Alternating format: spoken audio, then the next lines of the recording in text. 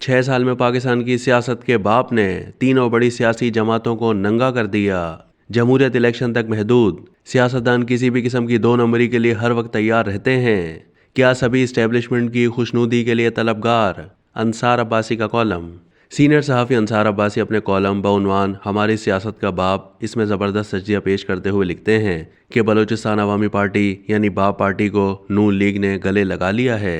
बाप के मुतालिक अपने तमाम गिले शिकवे नून लीग भूल चुकी है। वो ताने जो नून लीग बाप के हवाले से तहरीक इंसाफ और पीपल्स पार्टी को देती रही, आज वही ताने पलट कर नून लीग को चिढ़ा रहे हैं। याद दिलाया जा रहा है कि आखिर पाकिस्तानी सियासत के बाप को नवाज शरीफ ने भी तस्लीम कर लिया।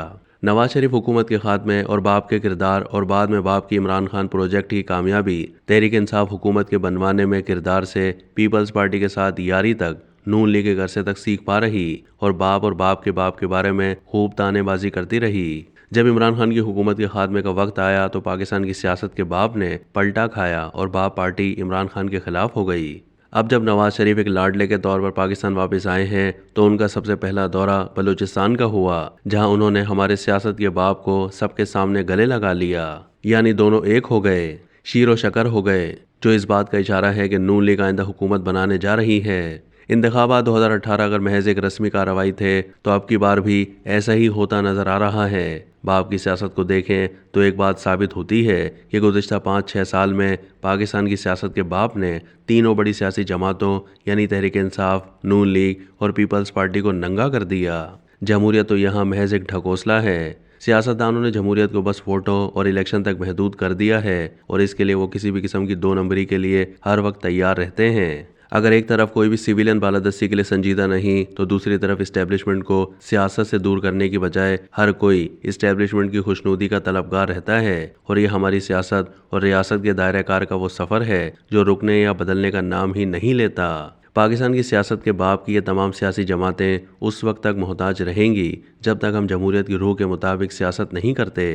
जमहूरियत और आइन की बात करने वालों को सिर्फ इंतखाबात और इक़्तिदार के बारे में सोचने के बजाय जमहूरियत के असल मकसद के हुसूल के लिए काम करना पड़ेगा। आइन की चंद शिकों पर अपने सियासी मफादात के लिए तवज्जो के बजाय आइन पर मुकम्मल अमल करने का अज़्म करना पड़ेगा।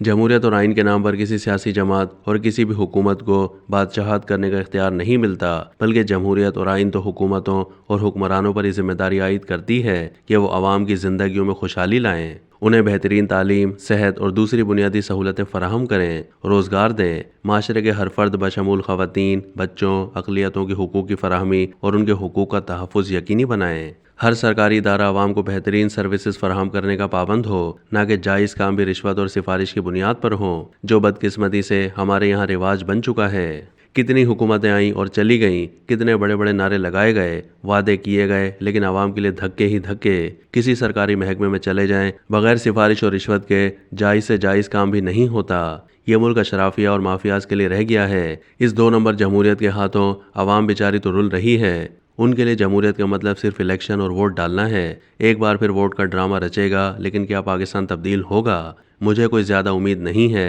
सब कुछ हमने तबाह कर दिया। गुज़िश्ता रोज़ इमरान खान के एक बड़े वकील एक टॉक शो में बात करते हुए कह रहे थे कि इस मुल्क में जमहूरियत सिर्फ उस वक्त आ सकती है जब वोट को इज्जत मिलेगी। उनके कहने का ये मतलब था कि जब इस्टेब्लिशमेंट वोट को इज्जत देगी तो फिर ही मामला ठीक होंगे। उनकी इस बात पर मैं जुज़वी तौर पर मुत्तफ़िक हूँ कि वो इसलिए कि इस्टेब्लिशमेंट को अगर एक तरफ वोट को इज्जत देनी चाहिए तो दूसरी तरफ सियासतदान जो वोट लेकर हुकूमत बनाते हैं उन्हें भी वोट को इज्जत देनी होगी। यानी जो आवाम से वोट लेते वक्त इलेक्शन में वादे किए जाते हैं उन्हें पूरा करना अशद ज़रूरी है। और ये वोट की वो इज़्ज़त है जो अगर हमारे सियासतदान समझ लें और इस पर अमल करें तो फिर इस्टेब्लिशमेंट भी वोट को इज़्ज़त देने पर मजबूर हो जाएगी। यानी सियासतदान अगर सिविलियन बालादस्ती चाहते हैं तो उन्हें अपने इक़्तिदार में दिन रात आवाम की फलाह और खुशहाली के लिए परफॉर्मेंस देना होगी। इसके अलावा कोई शॉर्टकट नहीं है और ये हम बार बार देख चुके हैं।